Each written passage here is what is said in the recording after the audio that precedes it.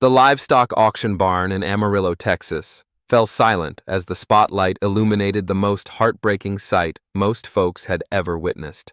In the center of the sawdust ring lay a massive Brahman bull, his once magnificent frame now gaunt and scarred, defeat written in every labored breath. The auctioneer's voice cracked as he gestured toward the broken giant. "This here bull used to be worth $50,000, folks. Now—" His words trailed off into uncomfortable silence. An elderly rancher in the front row shook his head and muttered what everyone was thinking. Sometimes God's greatest gifts come wrapped in our worst nightmares. Laughter rippled through the crowd, cruel and dismissive. Someone called out, "What's the point?" "That bull's finished!" That's when Jake Mitchell stood up from the back row, his voice cutting through the heavy air like a prayer. "I'll take him." Leave a like and share your thoughts in the comments, along with the city you're watching. From now, let's continue with the story. 5 years after that fateful day at the auction, Jake Mitchell stood on the wraparound porch of his father's house, watching his 2-year-old daughter, Hope, chase chickens around the yard while his pregnant wife, Dr. Emily Chen Mitchell, examined a rescued mare in the nearby paddock. The Samuel Mitchell Memorial Sanctuary had grown into one of the most respected animal rescue facilities in the country, spanning over 3,000 acres of rolling Texas pasture. But for Jake, the greatest success wasn't measured in acres or accolades. It was in the laughter of his daughter and the gentle touch of his wife's hand. Goliath, now a magnificent bull in his prime, served as the sanctuary's gentle giant and chief therapy animal. His story had inspired a generation of animal welfare advocates, and his calm presence had helped heal hundreds of traumatized creatures over the years. The bull who'd once been written off as worthless had become priceless, not for his breeding value, but for his remarkable capacity to teach others about resilience, forgiveness, and the transformative power of unconditional love. Marcus Wellington, whose heart had been transformed by witnessing the miracle of compassion, had become the sanctuary's largest donor and most passionate advocate. The man who'd once seen animals as mere commodities now traveled the country speaking at conferences about humanity's moral obligation to protect the vulnerable and voiceless. His redemption arc had been as remarkable as Goliath's recovery, proving that even the hardest hearts could be softened by witnessing genuine love in action. Victor Hartwell's final wish had been to see the sanctuary model expand nationwide, and with the foundation he'd established in his will, that dream was rapidly becoming reality. Centers based on the Goliath method were opening across the country, each one a living testament to the belief that no creature was beyond saving, no soul too broken to heal. As Jake watched his daughter toddle toward Goliath's pasture, he felt his father's presence like a warm hand on his shoulder. Samuel Mitchell's wisdom echoed in his mind. "The good Lord don't make no junk, son." It had taken a broken bull and a desperate young man to prove that eternal truth. But the lesson had rippled out to touch countless lives around the world. Goliath looked up from his peaceful grazing and ambled over to the fence, lowering his massive head so Hope could pet his scarred but gentle nose.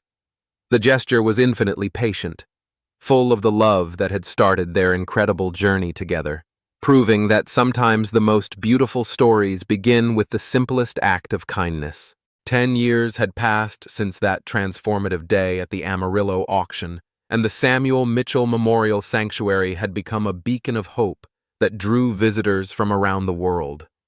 Jake Mitchell, now 38 with silver threading through his dark hair, stood in the main visitors center watching busloads of school children arrive for their weekly educational tour. The facility had grown beyond his wildest dreams. Over 5,000 acres of pristine Texas rangeland dedicated to healing the broken and giving voice to the voiceless. Goliath, now a venerable 15-year-old bull, remained the heart and soul of the sanctuary. His massive frame had filled out magnificently over the years, his coat gleaming with health, his eyes bright with the wisdom that comes from surviving the worst and choosing to trust again. Every morning, Jake would find him in his favorite spot beneath the old oak tree, watching the sunrise paint the sky in shades of hope. The bull had become something of a local celebrity, his story retold in books, documentaries, and even a major motion picture that had brought their message to millions of homes worldwide. But success had brought its own challenges.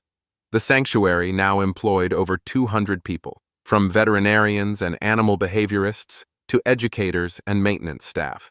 The delicate balance between running a major operation and maintaining the personal touch that made their work so effective required constant attention. Jake often found himself caught between the demands of donors who wanted to see measurable results and the reality that healing, both for animals and humans, couldn't be rushed or quantified. Emily had become the sanctuary's head veterinarian, her expertise in animal trauma psychology making her one of the most sought-after experts in the field. Their marriage had weathered the storms of building something unprecedented from nothing, and their love had only deepened with each challenge they faced together. Hope, now 7 years old, had grown up among the rescued animals, her natural empathy and fearless affection making her a favorite among both staff and visitors. Their son, Samuel Jr., had arrived 3 years ago, and at 4 years old, he already showed signs of inheriting the family's gift for connecting with wounded creatures. The morning routine at the sanctuary began before dawn, with Jake making his rounds through the various pastures and enclosures. They now housed over 300 animals: cattle, horses, pigs, goats, and even a few exotic rescues that had nowhere else to go. Each one had a story, a journey from despair to healing that echoed Goliath's own transformation. There was Thunder, a thoroughbred racehorse who'd been abandoned after a career-ending injury; Buttercup, a dairy cow who'd been rescued from a factory farm; and dozens of others who'd found their way to the sanctuary through various paths of suffering and redemption. Marcus Wellington had become Jake's closest friend and business partner, his transformation from ruthless capitalist to compassionate advocate serving as inspiration for other wealthy individuals to use their resources for good. His foundation, Wellington Cares, had funded similar sanctuaries in 12 states, creating a network of healing centers that were revolutionizing how society viewed animal welfare. The man who'd once threatened to destroy Jake's dreams now worked tirelessly to make those dreams a reality on a national scale. The educational program had become one of the sanctuary's most important missions. Every week, hundreds of children visited to learn about animal behavior, the importance of compassion, and the science behind trauma recovery. Hope often served as their guide, her young voice carrying the weight of inherited wisdom as she explained how patience and kindness could heal even the deepest wounds. The children invariably gravitated toward Goliath, their small hands reaching through the fence to touch his gentle face while Jake or Emily explained his remarkable journey from broken victim to beloved symbol of hope. Dr. Maria Santos had established a research center on the sanctuary grounds, where graduate students from universities around the world came to study the innovative techniques that had proven so successful in treating animal trauma. Her published papers on the Goliath method had become required reading in veterinary schools, and her TED Talk on the connection between animal healing and human empathy had been viewed over 10 million times. The research center had become a hub of innovation, developing new therapies and training programs that were being implemented globally. Frank Morrison, now in his 70s, had become the sanctuary's head of security and volunteer coordinator. His journey from guilty bystander to active protector had been as remarkable as any of the animals' recoveries. He'd recruited dozens of other former employees from various agricultural operations, people who'd witnessed abuse and neglect but felt powerless to stop it. Together, they'd created a network of informants and whistleblowers who helped identify animals in need of rescue before it was too late. The sanctuary's success had attracted attention from animal rights activists, some of whom wanted to use the facility as a platform for more radical agendas. Jake had to carefully navigate these relationships, welcoming support while maintaining his focus on practical solutions rather than political statements. He'd learned that lasting change came through education and example, not through confrontation and condemnation. The sanctuary's policy was to work with agricultural operations to improve conditions rather than simply condemning them, an approach that had proven more effective than traditional activist methods. Corporate partnerships had become another crucial aspect of the sanctuary's growth. Major food companies had begun funding research into more humane practices, recognizing that consumer sentiment was shifting toward ethical treatment of animals. Jake had been invited to serve on advisory boards for several agricultural corporations, helping them develop policies that balanced profitability with animal welfare. It was delicate work, requiring him to maintain his principles while finding common ground with people whose primary concern was the bottom line. The sanctuary's influence extended beyond animal welfare into broader social issues. Their job training programs had helped hundreds of at-risk youth find purpose and direction through working with animals. Many former gang members, recovering addicts, and homeless individuals had found redemption through caring for creatures who understood suffering. The therapeutic value of the human-animal bond had proven to be a powerful tool for healing trauma in both species. International visitors had become increasingly common, with delegations from countries around the world coming to study the sanctuary's methods. The techniques developed through Goliath's recovery had been adapted for use in everything from wildlife conservation to domestic animal shelters. Jake had been invited to speak at conferences in dozens of countries, sharing the story of how one broken bull had inspired a global movement toward more compassionate treatment of animals. The financial sustainability of the operation remained a constant challenge. While donations and grants covered much of the operating costs, the sanctuary's commitment to never turning away an animal in need meant that expenses often exceeded revenues.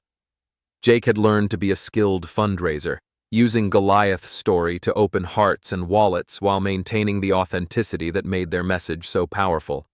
The delicate balance between staying true to their mission and meeting the expectations of donors required constant attention and diplomacy. Emily's pregnancy with their third child had been announced just weeks earlier, and the news had energized the entire sanctuary community. The idea of another Mitchell child growing up among the rescued animals filled everyone with hope for the future. Hope had immediately begun planning how she would teach her new sibling about the animals, while Samuel Jr. had declared his intention to share his favorite goats with the baby. The continuity of the family's commitment to the sanctuary's mission seemed assured. As Jake stood watching the morning sunlight filter through the oak trees, he reflected on the journey that had brought them to this point. What had started as a desperate attempt to save one broken bull had evolved into something he never could have imagined.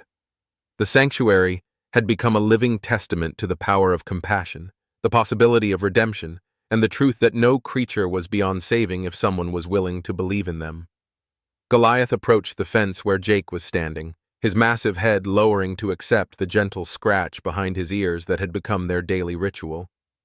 The bull's eyes held the same intelligence and gentleness that had first captured Jake's heart, but now they also held something else, a deep contentment that came from a life well lived and a purpose fulfilled.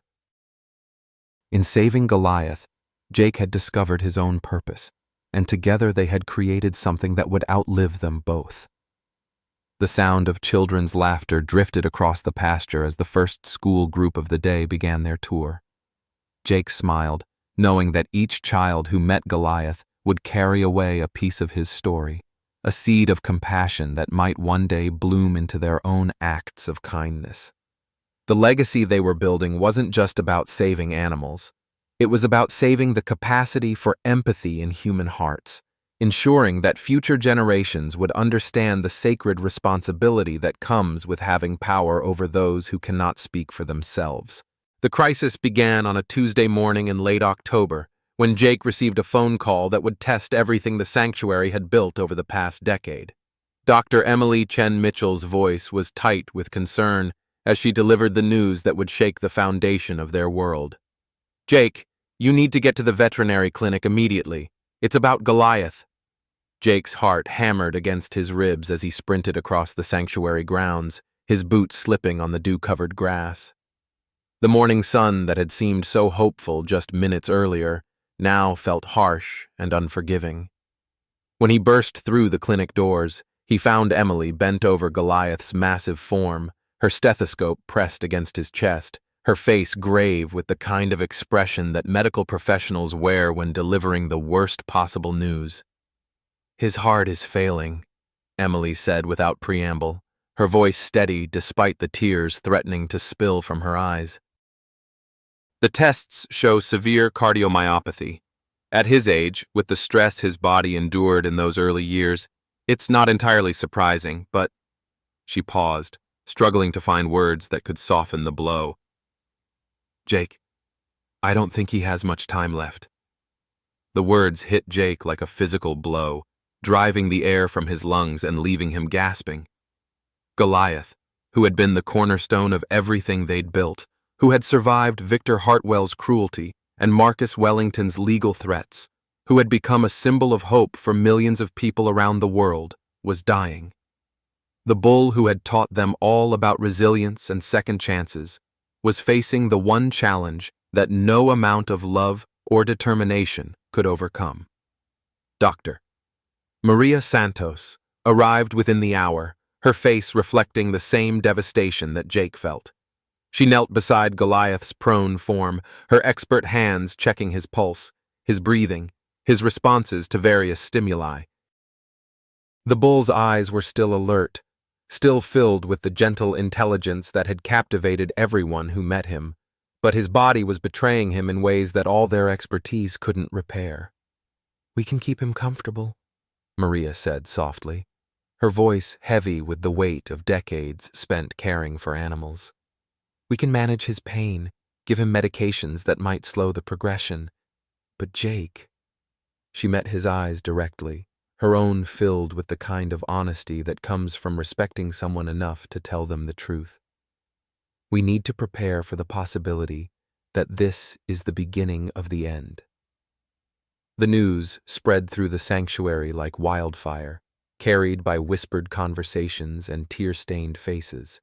Staff members who had worked with Goliath for years found themselves unable to focus on their daily tasks, their minds consumed by the prospect of losing the gentle giant who had become not just their inspiration, but their friend. Hope, now 7 years old and wise beyond her years, seemed to understand instinctively that something was terribly wrong. She spent the afternoon sitting beside Goliath's stall, her small hand reaching through the bars to stroke his massive head while she hummed the same lullaby that Jake had sung to him years earlier. Marcus Wellington arrived that evening, his usually composed demeanor cracking when he saw Goliath's condition.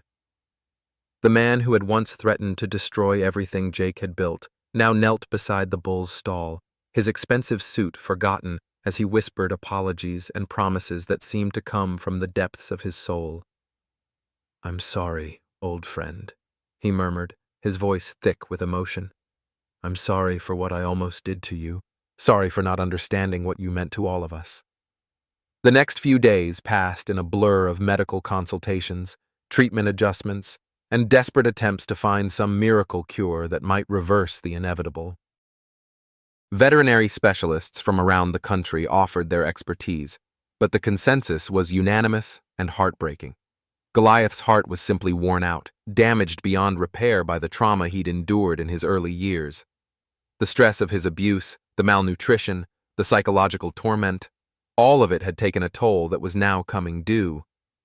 Jake found himself sleeping in the barn, unwilling to leave Goliath's side for more than a few minutes at a time. Emily brought him meals and blankets, her own grief tempered by the practical understanding that their family needed him to be strong.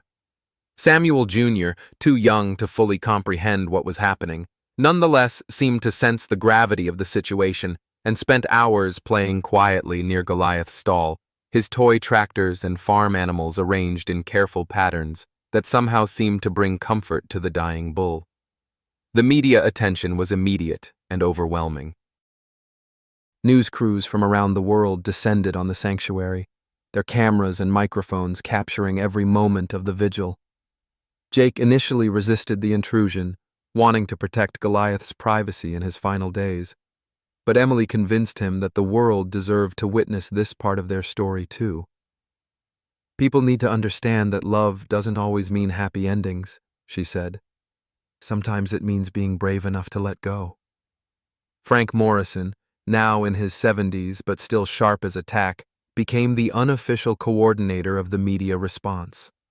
His years of experience with difficult situations served him well as he managed the delicate balance between satisfying public interest and maintaining the dignity of Goliath's final days. He organized press conferences, scheduled interviews, and ensured that the sanctuary's message of compassion and hope continued to reach people even in the midst of their grief. The support that poured in from around the world was both overwhelming and deeply moving. Children sent drawings and letters, their crayon masterpieces depicting Goliath as a superhero, an angel, a symbol of everything good in the world. Adults shared their own stories of how Goliath's journey had inspired them to be kinder, more patient, more willing to see the potential for goodness in broken things.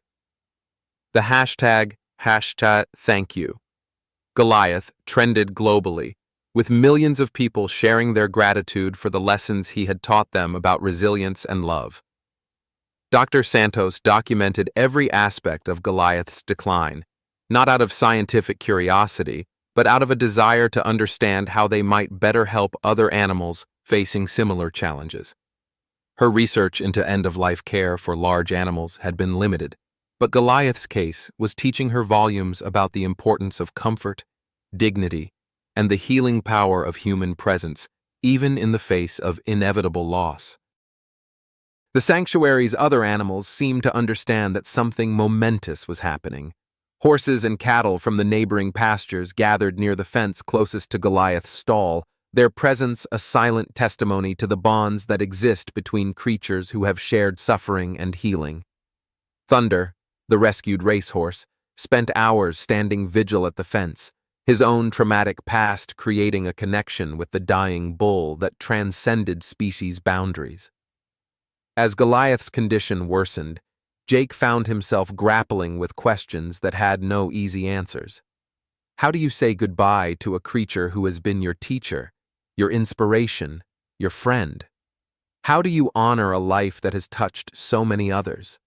How do you find meaning in loss when everything you've built seems to depend on the presence of this one magnificent being? The answer came from an unexpected source. Hope, wise beyond her 7 years, approached Jake one evening as he sat beside Goliath's stall. Her small hand slipped into his, and she looked up at him with eyes that held depths of understanding that shouldn't have been possible at her age. "Daddy," she said softly, "Goliath isn't really dying. He's just getting ready to teach us something new." Jake looked down at his daughter, his heart breaking and healing simultaneously. "What do you mean, sweetheart?" "He's teaching us that love doesn't end when someone goes away," Hope explained, her voice carrying the kind of certainty that only children possess. "He's showing us that the important stuff, the love, the kindness, the helping other animals, that stuff stays forever. Even when he's not here anymore, we'll still have everything he taught us." That night, as Jake sat beside Goliath's stall listening to the bull's labored breathing, he realized that Hope was right. The sanctuary they had built wasn't dependent on Goliath's physical presence. It was built on the foundation of love and compassion that he had helped them discover within themselves. The thousands of animals they had rescued, the millions of people they had inspired, the global network of sanctuaries that had emerged from their example, all of it would continue because the lessons Goliath had taught them were now part of who they were. The vigil continued through the night, with staff members, volunteers, and visitors maintaining a constant presence around Goliath's stall. The bull's breathing grew more labored with each passing hour, but his eyes remained alert, still filled with the gentle intelligence that had first captured Jake's heart all those years ago at the auction. As dawn approached, painting the sky in soft pastels of hope and renewal, Jake knew that they were approaching the end of one chapter and the beginning of another. The dawn of November 3rd broke with an unusual stillness that seemed to blanket the entire sanctuary in reverent silence. Jake had spent the night beside Goliath's stall, his weathered hands gently stroking the bull's massive head, while whispered words of comfort and gratitude flowed between them like a prayer. Emily had dozed fitfully in a chair nearby, her medical bag within reach, ready to provide whatever comfort she could in these final hours. The veterinary monitors showed what everyone already knew in their hearts. Goliath's brave heart was finally giving out after years of carrying not just his own pain, but the hopes and dreams of countless others. As the first rays of sunlight filtered through the barn windows, casting golden patterns across the sawdust floor, something extraordinary began to happen. The other animals throughout the sanctuary seemed to sense that a momentous transition was approaching. Horses whinnied softly from their stalls, cattle gathered near the fences closest to the medical barn, and even the normally rambunctious goats stood quietly, their usual chatter replaced by an almost ceremonial hush. It was as if the entire sanctuary was holding its breath, waiting to bid farewell to the gentle giant who had become their teacher, their protector, and their symbol of hope. Hope appeared at the barn door just as the sun crested the horizon, her small figure silhouetted against the morning light like an angel of mercy. She had awakened early, some instinct telling her that this was the day when everything would change. Without a word, she slipped into the stall and curled up beside Goliath's massive form, her tiny hand finding its familiar place on his scarred but gentle face. "It's okay, Goliath," she whispered, with the wisdom of a child who had grown up understanding that love sometimes meant letting go. "We're all here with you. You don't have to be afraid." Doct. Maria Santos arrived with the sunrise, her usually composed demeanor cracking as she saw the tableau before her, a family saying goodbye to their beloved patriarch. She knelt beside Goliath and placed her stethoscope against his chest, listening to the irregular rhythm that spoke of a heart that had given everything it had to give. "His breathing is becoming more labored," she said softly to Jake, her voice thick with emotion. I think it's time to consider whether we should help him find peace." The decision that no one wanted to make hung in the air like a weight too heavy for any one person to bear. Jake felt the crushing responsibility of choosing the moment when Goliath's suffering would end, when the miracle bull who had defied every odd would finally rest. But as he looked into Goliath's eyes, he saw something that gave him clarity. Not fear, not pain, but a peaceful acceptance that seemed to say, "I've done what I came here to do. I've taught you everything I could. Now it's time for you to carry on without me." Marcus Wellington arrived just as the sun fully cleared the horizon, his usually pristine appearance disheveled from a sleepless night spent driving through the darkness to reach the sanctuary. He had been in New York when he received the call, but nothing could have kept him away from this moment. The man who had once been Goliath's tormentor and had become his greatest advocate knelt beside the bull's stall, tears streaming down his face as he whispered words of gratitude and apology. "Thank you for teaching me what it means to be human," he said, his voice breaking. "Thank you for showing me that it's never too late to choose love over hate." Frank Morrison stood nearby, his weathered face etched with the grief of a man who had seen too much loss in his 70-plus years. He had been the one to witness Goliath's darkest days under Victor Hartwell's cruel hand, and he had devoted the last decade of his life to ensuring that no other animal would suffer the same fate. "He's ready," Frank said simply, his voice carrying the authority of someone who had learned to recognize the signs of a soul preparing to depart. "He's not holding on for himself anymore. He's holding on for us, and that's not fair to him." The decision was made with the quiet dignity that had characterized everything about Goliath's recovery. Emily prepared the medications that would ease his passing, her hands steady despite the tears that blurred her vision. Jake positioned himself at Goliath's head, his hands cradling the massive skull that had become as familiar to him as his own reflection. Hope remained curled against the bull's side, her small voice humming the lullaby that had been their first connection all those years ago. As the sun climbed higher, painting the barn in warm golden light, Jake began to speak. His words were not a eulogy but a celebration, a recounting of the journey that had brought them all to this moment. He spoke of that first day at the auction, when a broken bull and a desperate young man had found each other in a moment of divine intervention. He told of the long nights of healing, the small victories and setbacks, the gradual rebuilding of trust between two souls who had both known abandonment and betrayal. "You taught me that strength isn't about never falling down," Jake said, his voice steady despite the emotion that threatened to overwhelm him. "You taught me that true courage is getting back up when everyone else has stopped believing you can. You showed me that love isn't just a feeling, it's a choice we make every day, even when it's hard, even when it hurts, even when the world tells us we're foolish for caring." Emily administered the medication with the gentle precision of someone who understood that this was not an ending, but a transformation.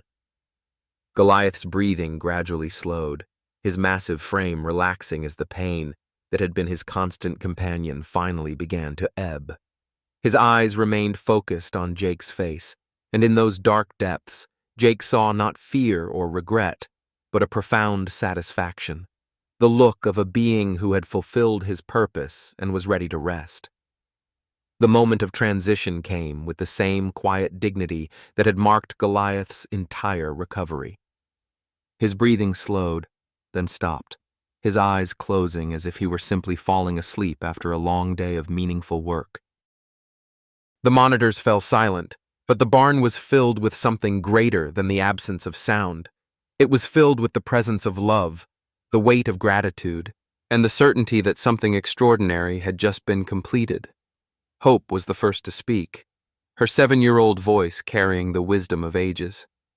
"He's not gone," she said with absolute certainty. "He's just different now. He's in all the animals we saved, and all the people who learned to be kinder, and all the places where mean people decided to be nice instead." Her words seemed to unlock something in the adults around her, and they began to share their own memories, their own stories of how Goliath had changed their lives. The news of Goliath's passing spread around the world within hours, carried by social media, news networks, and the vast network of people whose lives had been touched by his story.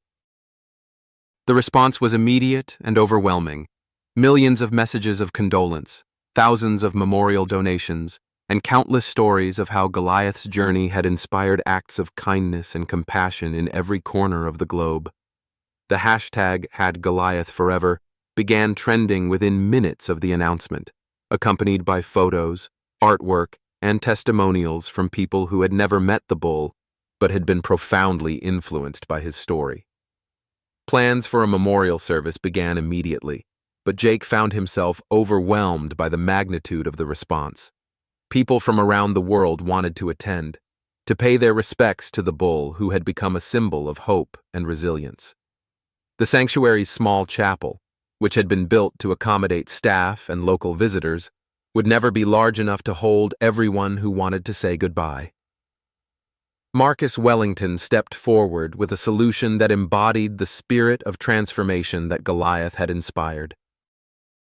"We'll build something worthy of him," he announced, his voice carrying the authority of someone who had learned to use his wealth for purposes greater than his own comfort. "A memorial amphitheater where people can come to remember not just Goliath, but all the animals who have suffered and all the humans who have chosen to help them heal." The construction began within days, with volunteers and professionals working side by side to create something that would honor Goliath's memory while serving the sanctuary's ongoing mission. The amphitheater would be built around the old oak tree where Goliath had loved to stand, its design incorporating elements that reflected his journey from brokenness to wholeness. Local artisans donated their skills to create sculptures and murals that would tell his story for generations to come. As the days passed and the memorial took shape, Jake found himself grappling with the reality of continuing the sanctuary's work without the physical presence of the bull who had inspired it all. The daily routines felt different. The barn seemed emptier, and the weight of carrying on Goliath's legacy felt almost overwhelming. But every time doubt crept in, he would remember Hope's words about how Goliath lived on in all the good they continued to do, and he would find the strength to take the next step forward. The memorial service, when it finally came, was unlike anything the small Texas town had ever seen.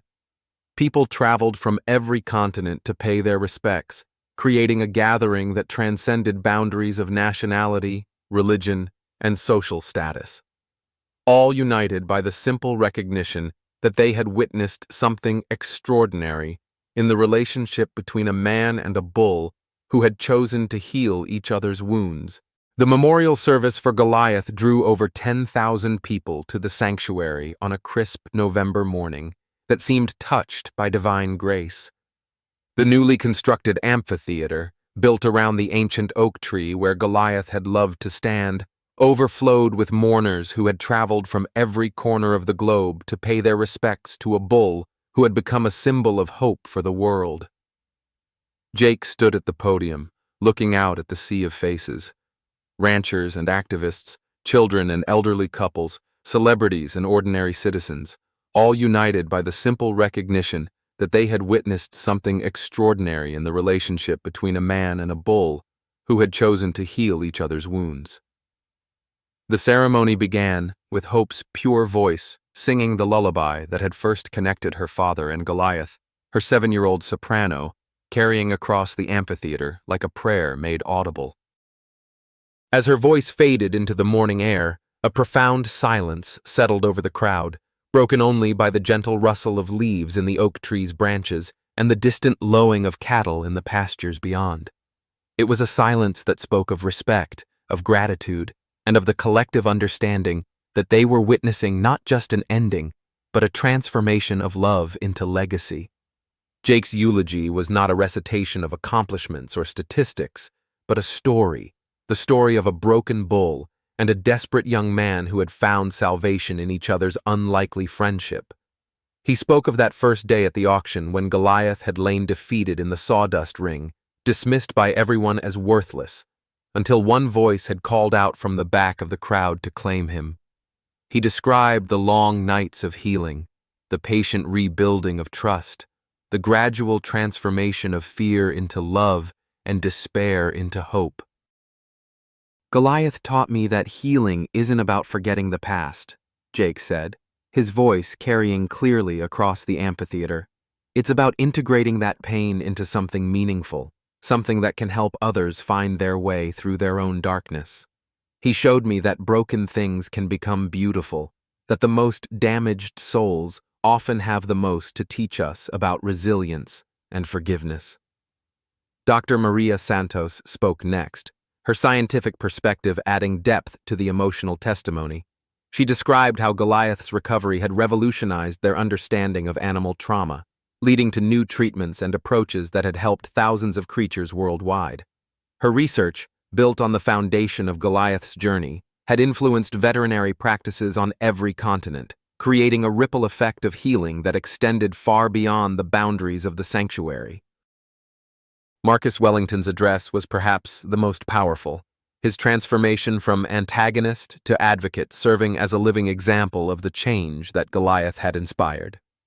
He spoke of his own journey from seeing animals as commodities to understanding them as beings deserving of respect and compassion. His voice broke as he described the moment when Goliath had first accepted his touch, offering forgiveness to someone who had once threatened his very existence. "I came here 10 years ago planning to destroy what Jake had built," Marcus confessed, his words carrying the weight of genuine remorse. "I saw weakness where I should have seen strength, foolishness where I should have recognized wisdom. Goliath taught me that true power isn't about domination, it's about service. Real wealth isn't measured in dollars, it's measured in the lives we touch and the suffering we alleviate." The testimonials continued throughout the morning, each speaker adding their own thread to the tapestry of Goliath's impact. A young veterinarian from Kenya spoke of how Goliath's story had inspired her to establish a wildlife rescue center in Nairobi. A former gang member from Los Angeles described how working with rescued animals at a sanctuary modeled after Jake's had given him a new purpose and identity. An elementary school teacher from Iowa explained how she used Goliath's story to teach her students about empathy and perseverance. Children from around the world had sent artwork depicting Goliath as everything from a superhero to an angel, their innocent interpretations capturing truths that adults often missed. The sanctuary's walls were covered with these colorful tributes, each one a testament to the power of a simple story to inspire goodness in young hearts. Hope had insisted on displaying every single drawing, understanding instinctively that each child's contribution was a seed of compassion that would grow into something beautiful. Frank Morrison, now in his 70s but still sharp as a tack, delivered a testimony that brought the crowd to tears.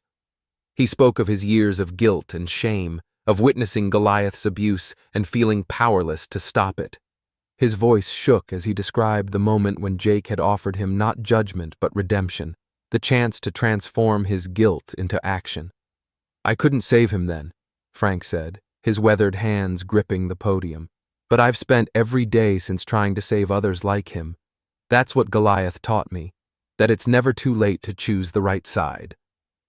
The ceremony concluded with the unveiling of a bronze statue of Goliath, commissioned by Marcus Wellington and created by a renowned sculptor who had donated his services to the project. The statue captured the bull not as he had been in his broken state, but as he had become, magnificent, peaceful, and wise. The inscription at its base read simply, "In memory of Goliath, who taught us that love can heal any wound and hope can overcome any darkness." As the crowd began to disperse, many lingered to share their own stories with Jake and his family.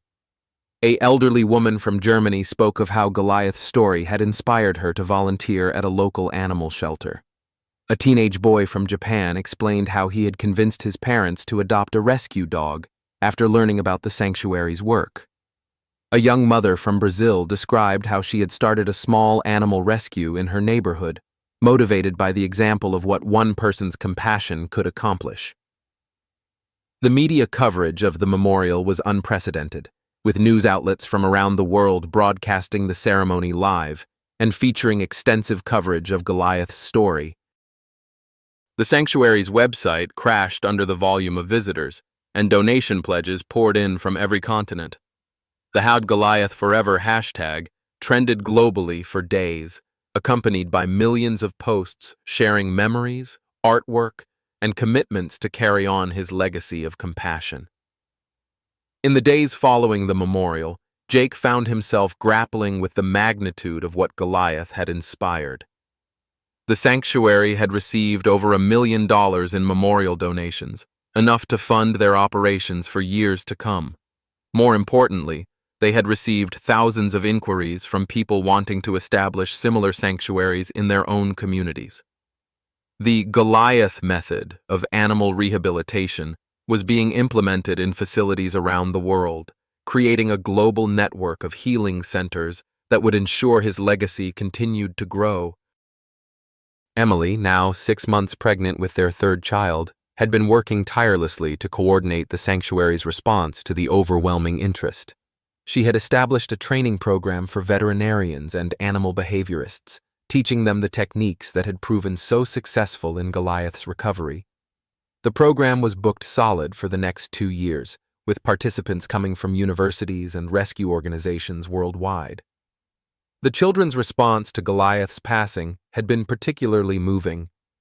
Hope, wise beyond her 7 years, had become something of a spokesperson for the sanctuary's youth education program. She spoke at schools and community centers, sharing Goliath's story with the natural eloquence of someone who had lived it. Her message was simple but profound. Every animal deserves kindness, and every person can choose to be kind. Samuel Jr., now 4 years old, had handled the loss with the resilience of childhood, but his questions about death and love had prompted deep conversations about the nature of legacy and memory. He had taken to leaving small flowers at the base of Goliath's statue, a ritual that other children visiting the sanctuary had begun to emulate. The statue had become a pilgrimage site of sorts, a place where people came to reflect on their own capacity for compassion and transformation. The impact extended far beyond the sanctuary's boundaries. Agricultural companies had begun implementing more humane practices, citing Goliath's story as inspiration for treating their animals with greater respect. Legislation protecting farm animals had been passed in several states, with lawmakers explicitly referencing the lessons learned from the sanctuary's work. The ripple effects of one bull's journey from brokenness to wholeness were transforming entire industries and communities. As winter settled over the sanctuary, Jake found himself thinking often about the conversation he had had with his father all those years ago on Samuel Mitchell's deathbed. His father had spoken of a man's worth being measured not by what he owned, but by what he was willing to sacrifice for what couldn't speak for itself. In saving Goliath, Jake had discovered a truth that would guide him for the rest of his life, that love, properly expressed, never truly dies. It simply transforms into something larger and more enduring than any individual life. The sanctuary continued its work with renewed purpose, each rescued animal carrying forward the legacy of the bull who had shown them all what was possible when broken things were given the chance to heal.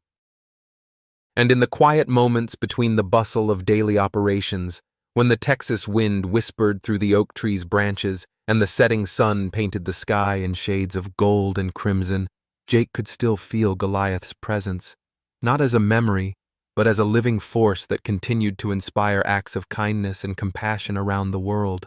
The bitter winds of February brought more than just the usual Texas cold to the Samuel Mitchell Memorial Sanctuary. 3 months after Goliath's passing, Jake found himself facing a crisis that threatened to unravel everything they had built together. The overwhelming response to the memorial service had created challenges no one had anticipated, and the sanctuary was struggling under the weight of its own success. The problems began with the flood of animals arriving at their gates. Word of Goliath's story had spread so widely that rescue organizations, law enforcement agencies, and desperate pet owners from across the country were bringing their most difficult cases to the sanctuary. The facility that had been designed to house 300 animals was now straining to accommodate nearly 500, with more arriving daily.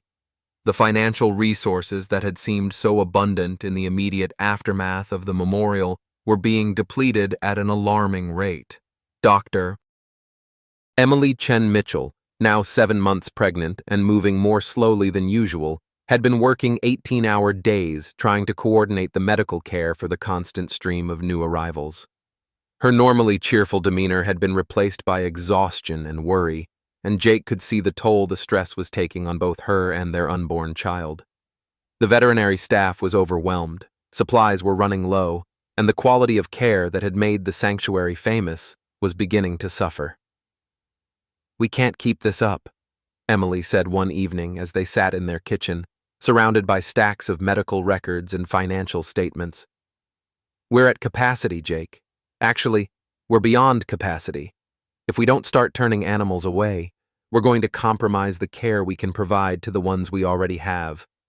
Jake stared at the numbers on the page, his heart sinking with each line item. The sanctuary that had once been a beacon of hope was becoming a victim of its own success. The memorial donations had been substantial, but they hadn't been enough to cover the exponential increase in operating costs. The bank was beginning to make the same ominous phone calls that had haunted his father's final years, and the specter of bankruptcy loomed over everything they had worked to build. The staff meeting that followed was one of the most difficult conversations Jake had ever participated in. Dr. Maria Santos, Frank Morrison, and the other senior staff members gathered in the conference room that had been donated by Marcus Wellington, their faces reflecting the same mixture of exhaustion and determination that Jake felt. The question before them was simple but devastating. How do you maintain your mission of never turning away an animal in need, when accepting every animal means potentially failing them all? "We have to make some hard choices," Maria said, her voice heavy with the weight of professional experience. "We can either help some animals completely, or we can help many animals inadequately.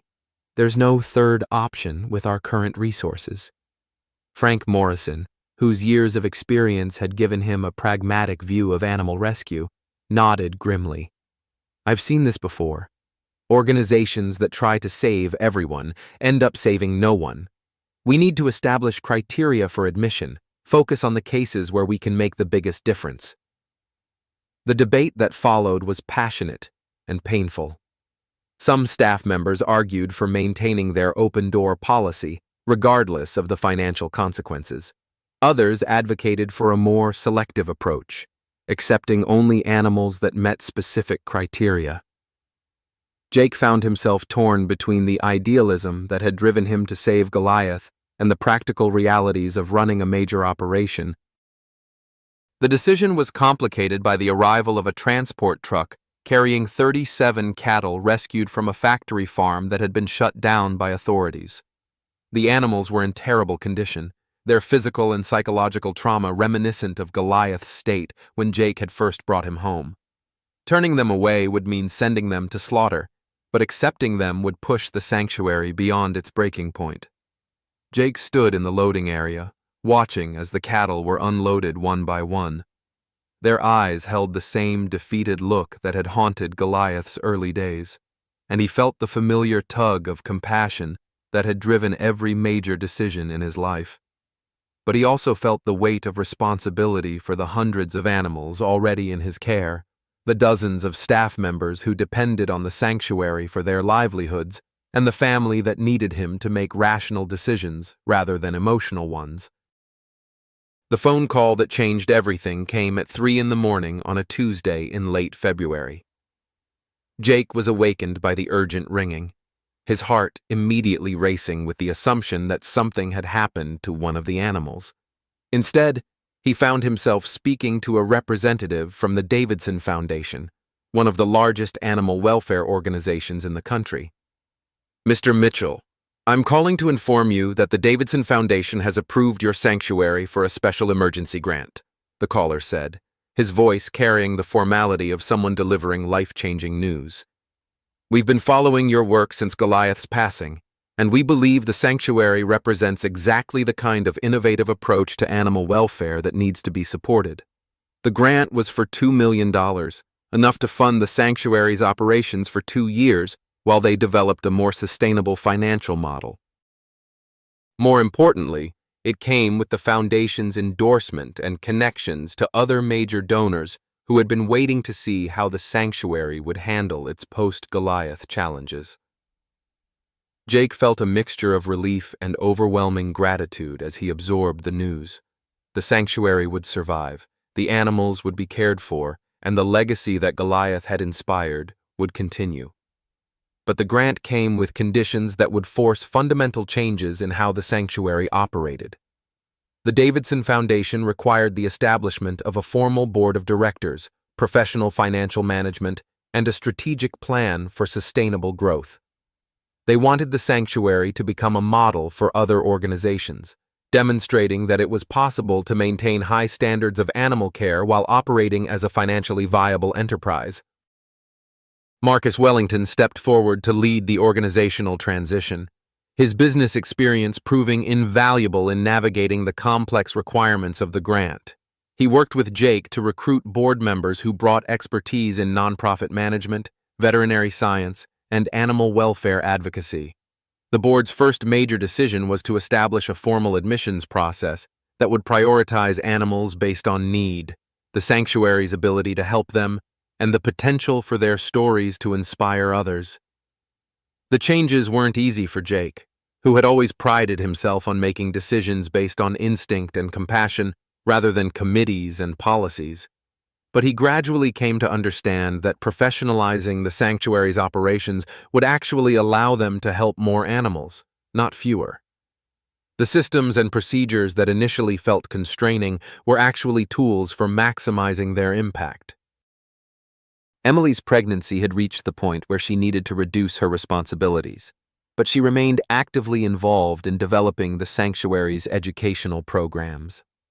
Her background in veterinary medicine, combined with her experience in animal psychology, made her uniquely qualified to create curricula that would teach the next generation of animal welfare professionals.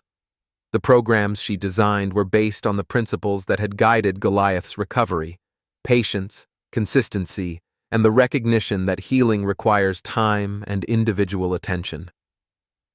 Hope, now 8 years old and increasingly articulate about the sanctuary's mission, had become something of a junior ambassador for the organization.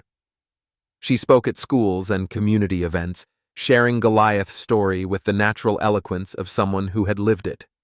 Her ability to connect with both children and adults made her an invaluable advocate for the sanctuary's work. The new admissions process was put to its first major test when authorities contacted the sanctuary about a group of horses rescued from a hoarding situation. The animals were in terrible condition, but the sanctuary's capacity was already strained. The board met in emergency session to evaluate the case, ultimately deciding to accept the horses based on their assessment that the sanctuary had the specific expertise needed to help them recover. The decision proved to be the right one. The horses' recovery became another inspiring chapter in the sanctuary's story, demonstrating that the new systems and procedures hadn't compromised their mission, but had made it more effective. The horses' progress was documented and shared widely, inspiring other organizations to adopt similar approaches to animal rehabilitation. As spring arrived at the sanctuary, bringing with it new life and renewed hope, Jake found himself reflecting on how much had changed since that first day when he had stood up at the auction to claim a broken bull. The sanctuary had grown from a desperate act of compassion into a sophisticated organization that was changing how the world thought about animal welfare. The challenges they had faced in the months after Goliath's passing had forced them to evolve, but they had emerged stronger and more capable than ever before. The memorial statue of Goliath stood in the center of the amphitheater, surrounded by flowers left by visitors from around the world. The inscription at its base had been supplemented with a new plaque bearing words that Jake had written during the darkest days of the crisis.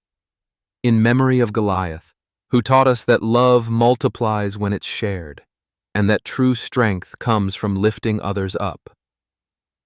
The sanctuary's work continued, each day bringing new challenges and new opportunities to honor the legacy of the bull who had shown them all what was possible when broken things were given the chance to heal. And in the quiet moments between the bustle of daily operations, Jake could still feel Goliath's presence, not as a memory, but as a living force that continued to guide them toward a future where every creature would be treated with the dignity and compassion they deserved.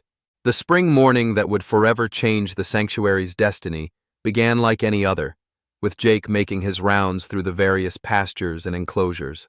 The crisis of the previous winter had passed, and the sanctuary was operating with a renewed sense of purpose and professional efficiency. But as Jake approached the main office building, he noticed an unusual commotion. Staff members were gathered around the reception desk, their faces animated with excitement and disbelief.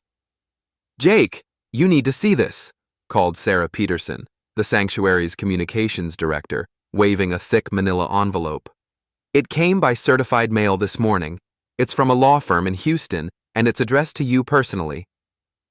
Jake's heart sank slightly as he took the envelope, his mind immediately jumping to worst-case scenarios. Legal documents rarely brought good news, and the sanctuary had been navigating complex regulations and compliance requirements since receiving the Davidson Foundation grant. He opened the envelope with trembling fingers, expecting to find some bureaucratic challenge or regulatory violation. Instead, he found himself staring at a letter that would take several readings to fully comprehend. The law firm of Henderson, Clark Associates, was writing to inform him that he had been named as the sole beneficiary in the will of one Victoria Hartwell, the widow of Victor Hartwell. The woman had passed away peacefully in her sleep just 2 weeks earlier, and her will contained a provision that would fundamentally alter the sanctuary's future. Victoria Hartwell had been quietly following the sanctuary's work for years, her interest initially sparked by guilt over her husband's treatment of animals, but gradually evolving into genuine admiration for what Jake had accomplished. She had never contacted the sanctuary directly, preferring to observe from a distance as Goliath's recovery inspired a global movement toward more compassionate animal treatment. Her will revealed that she had been making anonymous donations to the sanctuary for years, contributions that had helped sustain their operations during difficult periods. But the anonymous donations were nothing compared to the bombshell contained in the legal documents. Victoria Hartwell had left the sanctuary her entire estate, a fortune worth over $15 million, accumulated through decades of shrewd investments and careful financial management. The money came with only one condition. It was to be used exclusively for the rescue, rehabilitation, and care of animals that others had deemed hopeless or worthless. Jake read the letter 3 times before its contents fully sank in. $15 million. The sanctuary would never again face the financial pressures that had nearly destroyed them after Goliath's passing. They could expand their operations, hire more staff, build better facilities, and help thousands of animals that would otherwise have no hope of recovery. The windfall was so substantial that it felt almost surreal, like winning a lottery that Jake had never entered. The legal documents also contained a personal letter from Victoria Hartwell, written in her own hand and dated just weeks before her death. Her words were filled with remorse for her husband's cruelty, but also with hope for the redemption his story had ultimately inspired. She wrote of watching from afar as Goliath's recovery had transformed Victor from a man consumed by his own trauma into someone who had found peace through seeking forgiveness and making amends. I watched my husband change in his final years, Victoria had written. The man who came home from Vietnam was broken, filled with rage and pain that he didn't know how to heal. But watching Goliath's recovery, seeing the forgiveness that was offered to him, gave Victor a chance to find his own peace. He died knowing that he had been able to make amends for some of the suffering he caused. That gift of redemption came from you, Mr. Mitchell, and from the magnificent bull who chose to trust again. The letter continued with Victoria's explanation of why she had remained anonymous for so long. She had been ashamed of her husband's actions and fearful that any connection to the Hartwell name would bring negative attention to the sanctuary's work. But as she aged and saw the global impact of Goliath's story, she had come to understand that her husband's redemption was as much a part of the sanctuary's mission as the animal's recovery. I leave you this money not as charity, but as an investment in the future, she had written. Every dollar should be used to prove that no creature is beyond saving, that every life has value, and that love really can triumph over the darkest circumstances. I trust you to use these resources wisely, as you have used every challenge as an opportunity to demonstrate the power of compassion. The news of the inheritance spread through the sanctuary like wildfire, creating a mixture of celebration and solemn recognition of the responsibility that came with such a substantial gift. Staff members who had worked tirelessly through the financial crisis suddenly found themselves part of an organization with virtually unlimited resources for their mission. The excitement was tempered by the understanding that great resources brought great expectations. Marcus Wellington, now serving as chairman of the sanctuary's board of directors, called an emergency meeting to discuss how to manage the windfall responsibly. His business experience had taught him that sudden wealth could be as dangerous as poverty if not handled carefully. The board spent hours discussing investment strategies, expansion plans, and safeguards to ensure that the money would be used in accordance with Victoria Hartwell's wishes. Dr. Emily Chen Mitchell, now in her final month of pregnancy, participated in the planning sessions from her hospital bed, where she was on bed rest due to complications. Her medical expertise and deep understanding of the sanctuary's mission made her insights crucial to developing a strategic plan for the inheritance. She advocated for a measured approach that would allow them to expand their impact without compromising the personal touch that had made their work so effective. We need to remember that this money is sacred, Emily told the board via video conference from her hospital room. It represents Victoria Hartwell's hope for redemption, Victor's journey toward forgiveness, and Goliath's legacy of healing. We can't just spend it, we have to invest it in ways that multiply the impact of every dollar. The board's discussions were interrupted by the arrival of Hope, now 8 years old and increasingly involved in the sanctuary's daily operations. She had heard about the inheritance from the excited staff members and had come to the meeting with her own suggestion for how the money should be used. Her proposal was simple but profound. They should create a network of smaller sanctuaries around the world, each one based on the principles that had guided Goliath's recovery. Goliath's story belongs to everyone, Hope explained to the board with the clarity that often comes from children, but not everyone can come to Texas to see where it happened. We should bring the story to them, help them build their own places where broken animals can get better. The board was struck by the wisdom of the 8-year-old's suggestion.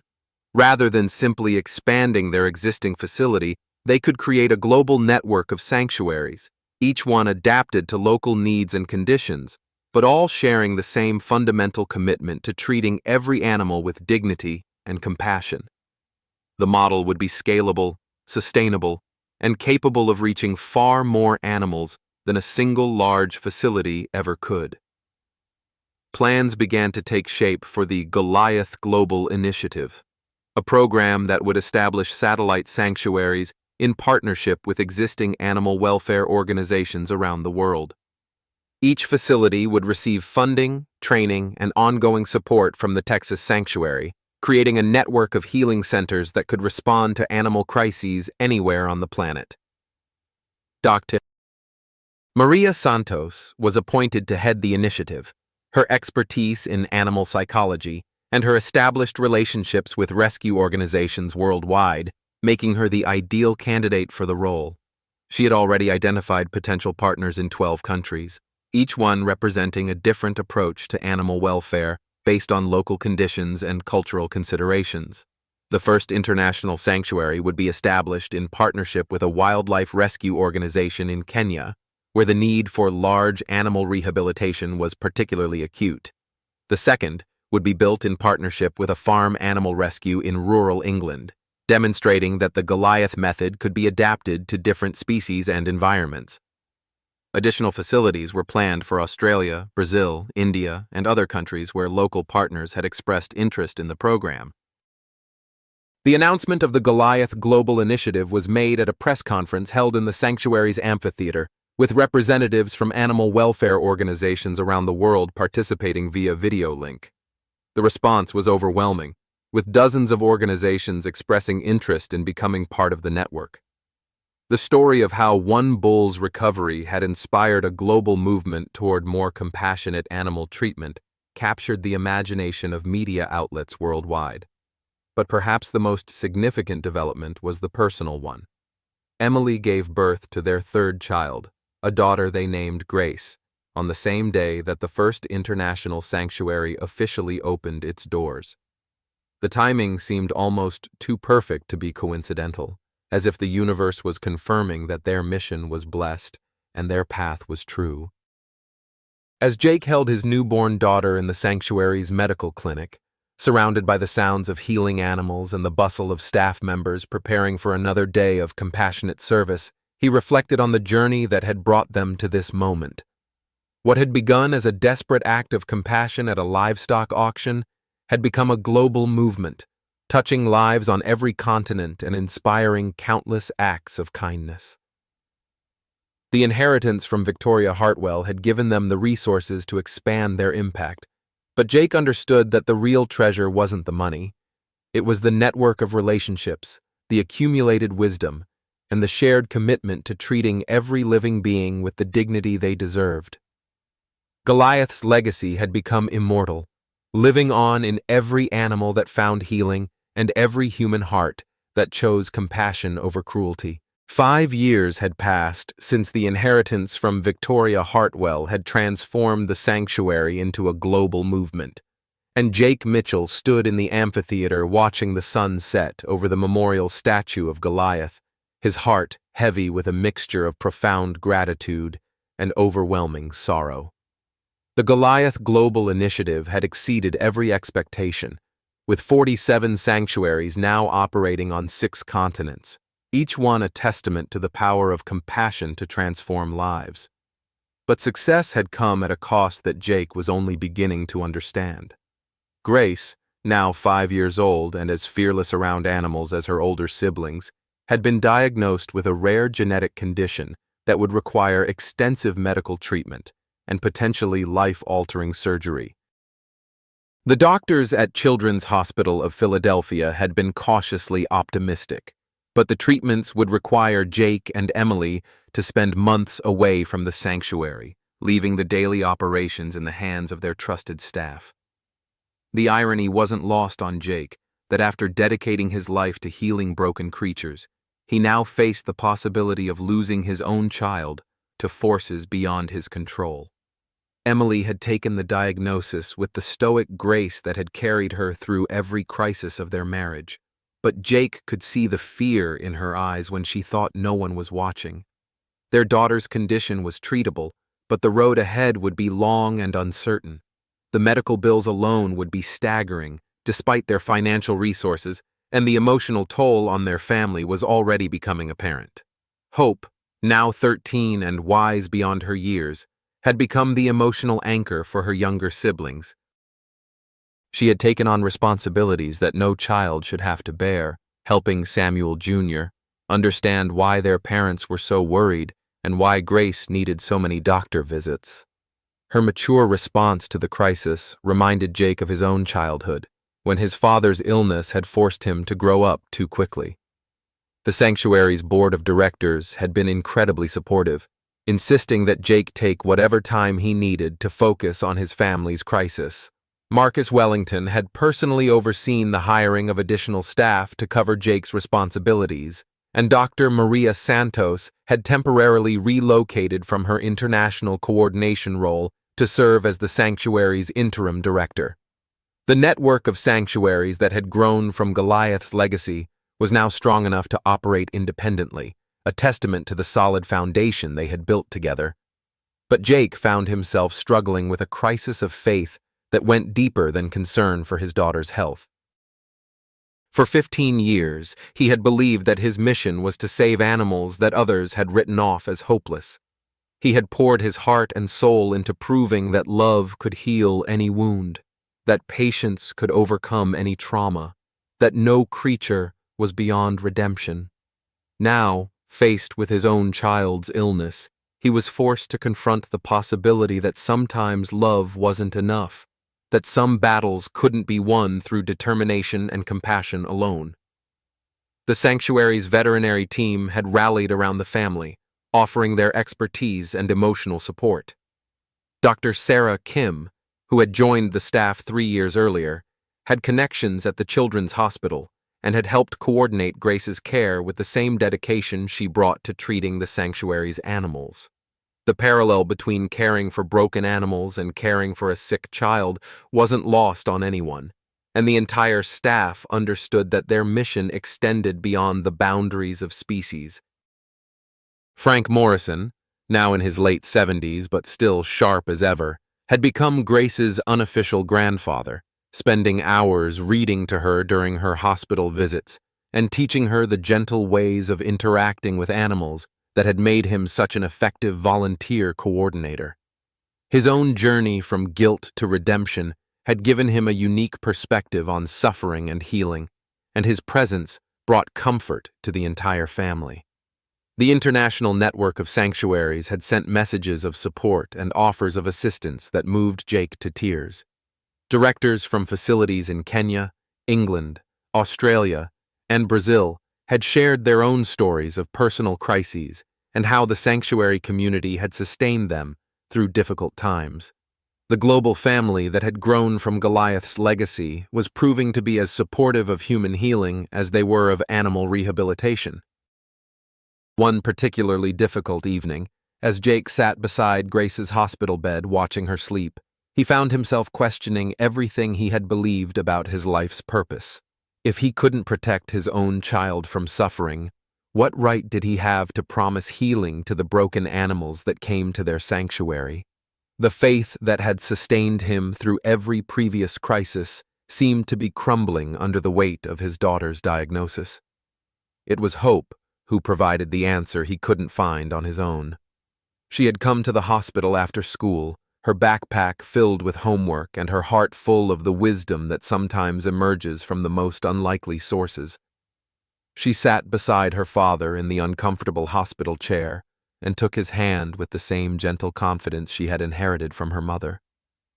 "Dad, do you remember what you used to tell me about Goliath?" she asked, her voice soft enough not to wake her sleeping sister. "You said that healing doesn't mean the hurt never happened. It means learning to carry the hurt in a way that doesn't break you." Jake looked at his 13-year-old daughter, amazed by the depth of understanding in her young eyes. "I remember," he said quietly.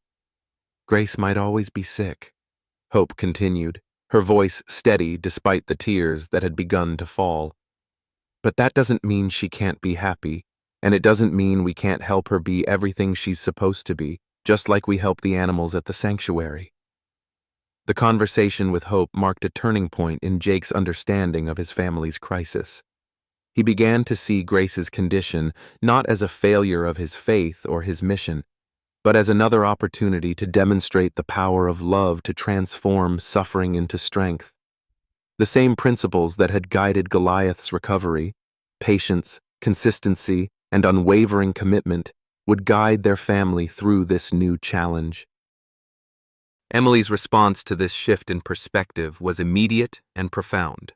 She threw herself into researching Grace's condition with the same intensity she had brought to studying animal trauma psychology. She connected with other families dealing with similar diagnoses, building a network of support and shared knowledge that reminded Jake of the early days of the sanctuary when they had learned everything through trial and error. The sanctuary's mission began to evolve in subtle but significant ways. The staff started incorporating lessons from Grace's treatment into their work with animals, recognizing that healing was often about managing chronic conditions rather than achieving complete cures. The concept of successful healing expanded to include animals that would never be completely whole but could still live lives of dignity and purpose. Dr. Maria Santos had been documenting these evolving approaches to animal care, and her research was beginning to influence veterinary practices around the world. The recognition that healing was a process rather than a destination was revolutionizing how medical professionals approached both human and animal patients. Grace's journey was becoming part of the sanctuary's teaching mission, demonstrating that the principles of compassionate care applied equally to all living beings. The financial resources from Victoria Hartwell's inheritance meant that the family could pursue the best possible treatment for Grace without worrying about the cost. But Jake understood that their true wealth lay in the community of support that had grown around them, the sanctuary staff who had become extended family, the global network of partners who offered encouragement and practical assistance, and the thousands of supporters who had followed their journey since Goliath's first days. Marcus Wellington had been particularly supportive, using his business connections to identify the best medical specialists and treatment facilities. His own transformation from adversary to advocate had given him a unique appreciation for the power of second chances, and he was determined to ensure that Grace would have every opportunity to live a full and meaningful life. The sanctuary's educational programs began to incorporate discussions about chronic illness and disability, helping visitors understand that difference didn't mean deficiency. Hope had become an eloquent spokesperson for this expanded mission, sharing her family's story with the same natural grace that had made her such an effective advocate for animal welfare. Her ability to connect Grace's experience with the sanctuary's mission was inspiring a new generation of advocates who understood that compassion had no boundaries. As winter approached, bringing with it the anniversary of Goliath's passing, Jake found himself reflecting on the journey that had brought his family to this point. The crisis of Grace's diagnosis had tested his faith in ways he had never imagined, but it had also deepened his understanding of the mission that had defined his adult life. Love might not be able to cure every illness or heal every wound, but it could transform the experience of suffering into something meaningful and even beautiful. The sanctuary's work continued with renewed purpose, each rescued animal serving as a reminder that healing came in many forms and that every life had value regardless of its challenges or limitations. Grace's condition had become part of the sanctuary's story, demonstrating that the principles of compassionate care applied to all living beings, and that the greatest victories were often found not in the absence of suffering, but in the presence of love that refused to surrender to despair. 15 years had passed since that transformative day at the Amarillo auction, and Jake Mitchell stood in the sanctuary's memorial garden on a crisp October morning, watching his daughter Grace play with a group of rescued goats.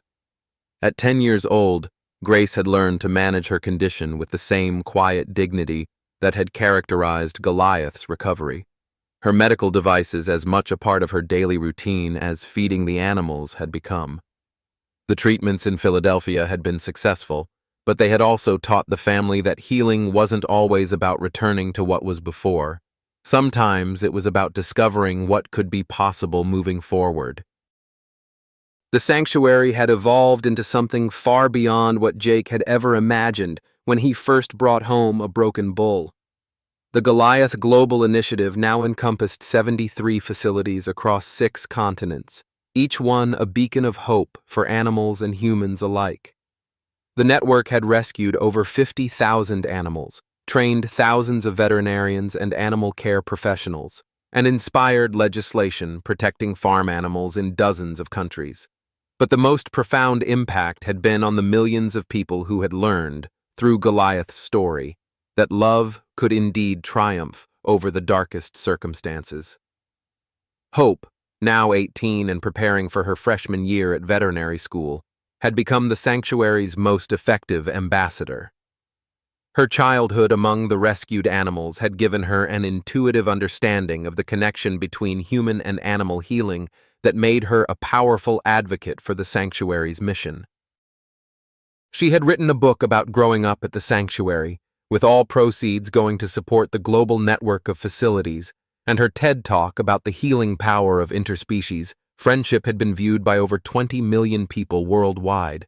Samuel Jr., now 14, and showing every sign of inheriting his father's gift for connecting with traumatized animals, had taken over many of the daily care responsibilities at the sanctuary.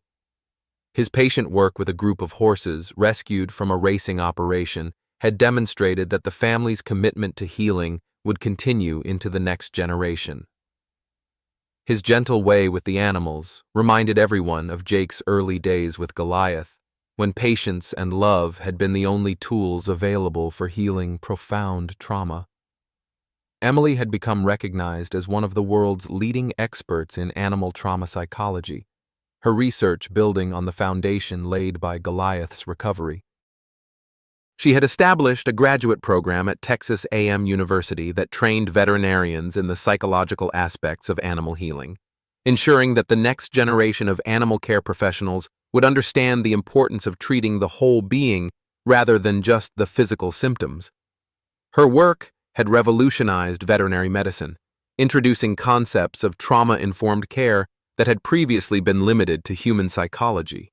The sanctuary's visitor center had become a pilgrimage site for people from around the world who came to pay their respects to Goliath's memory and to learn about the ongoing work of healing.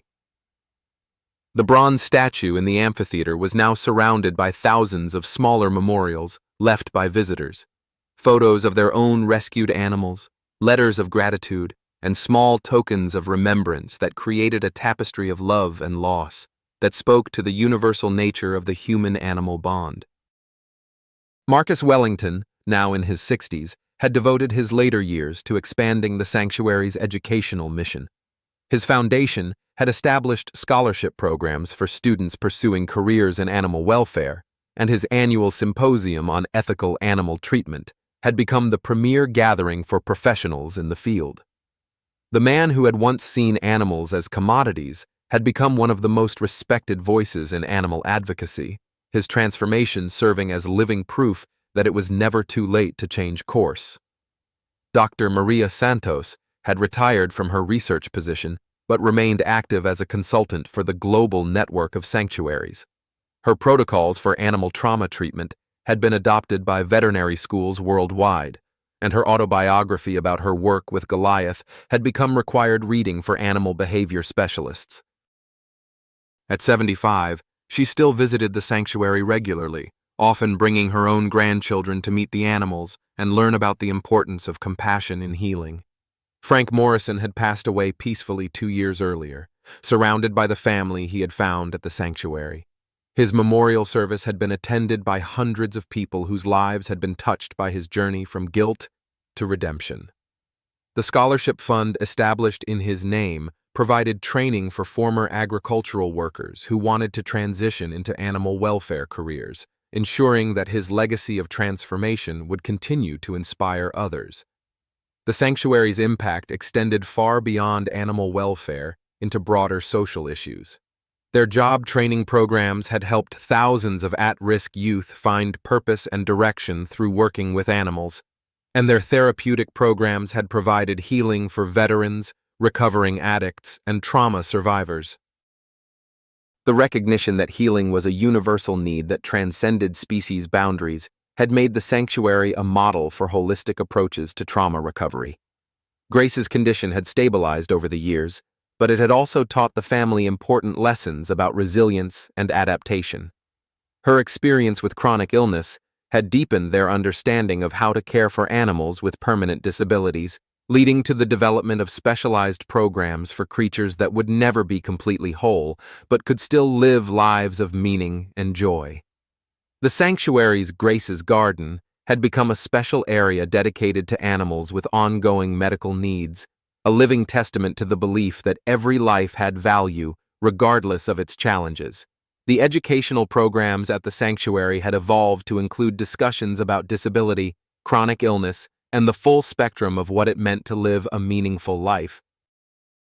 Visitors learned not just about animal welfare, but about the broader principles of compassion, acceptance, and the recognition that healing came in many forms. The sanctuary had become a place where people could explore their own relationships with suffering, loss, and the possibility of transformation.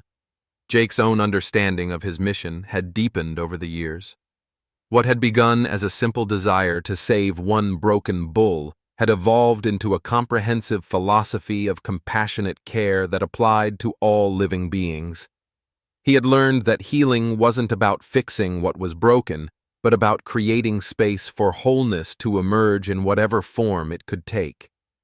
The sanctuary had become a living laboratory for exploring the connections between love, healing, and hope.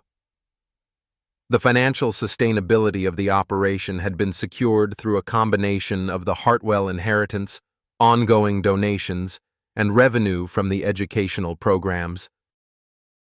The sanctuary's endowment now exceeded $50 million, ensuring that the work would continue indefinitely. More importantly, the network of supporters had grown to include millions of people around the world who had been inspired by Goliath's story to make their own contributions to animal welfare.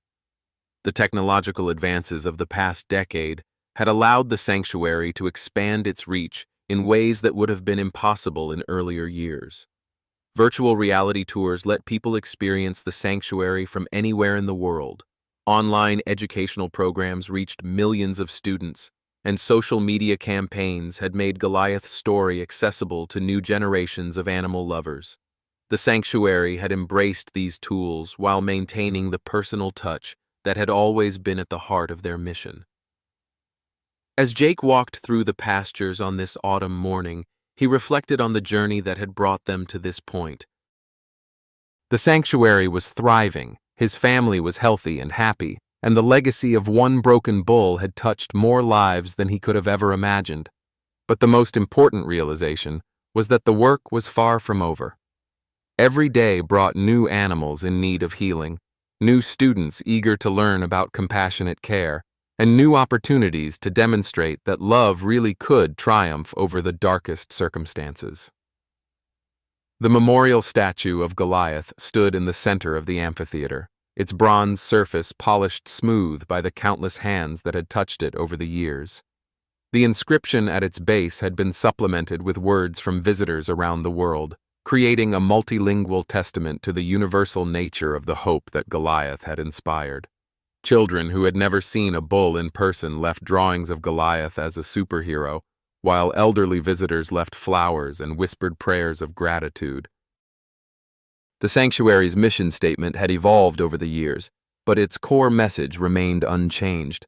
Every living being deserved to be treated with dignity, compassion, and respect. The work of healing was never finished, but it was always worthwhile. The bonds between humans and animals were sacred, and the responsibility to protect and nurture those bonds was one of the most important tasks facing humanity.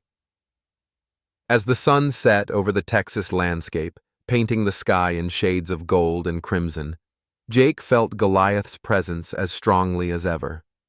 The bull who had taught him about resilience, forgiveness, and the transformative power of love lived on in every animal that found healing at the sanctuary, every person who chose compassion over cruelty, and every heart that remained open to the possibility of redemption.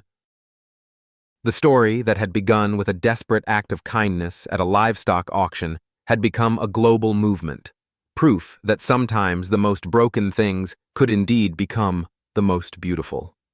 Message for American seniors. 200 words. Dear friends, like many of you, I understand what it means to watch something precious slip away. Whether it's health, dreams, or loved ones, life has a way of breaking our hearts. But Jake Mitchell's story with Goliath reminds us that our greatest victories often come from our deepest wounds. At 55, 60, or 68, you might feel forgotten by a world that worships youth. But remember, Jake was just an ordinary man who saw worth where others saw waste. His father's final words ring true. A man's worth ain't measured by what he owns, but by what he's willing to sacrifice for what can't speak for itself. Your years of experience, your weathered hands, your stories of overcoming, these aren't signs of decline, they're badges of wisdom. Like Goliath, you've survived storms that would have broken others. Your scars tell stories of resilience, not defeat. The love you've given, the battles you've fought, the kindness you've shown, these create ripples that touch lives you'll never know. Your best chapters aren't behind you.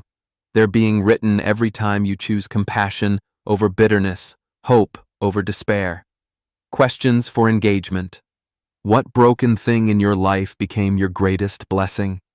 When did someone believe in you when you couldn't believe in yourself? Please share your story in the comments. Your words might be exactly what someone else needs to hear today.